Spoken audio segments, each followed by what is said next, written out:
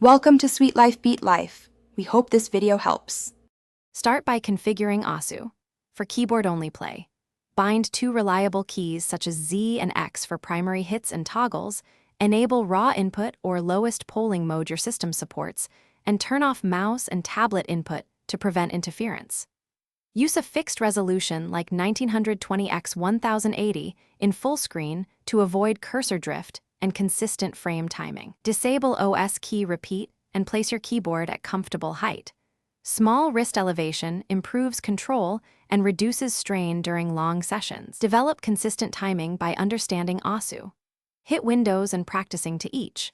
Target the 300 ms window for misses only, aim for 100 ms or better for good hits, and strive near 50 ms for top accuracy during drills. Practice alternating taps between index and middle fingers for streams, and learn single tap control for dense, slower bursts.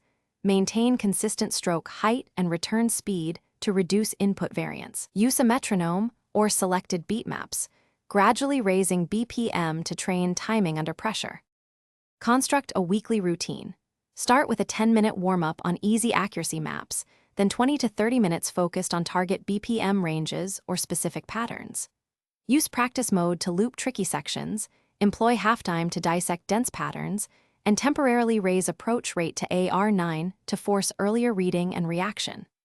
Record 5 runs per session to monitor improvement, review timing offsets, and correct consistent biases, and rest between sets to avoid fatigue.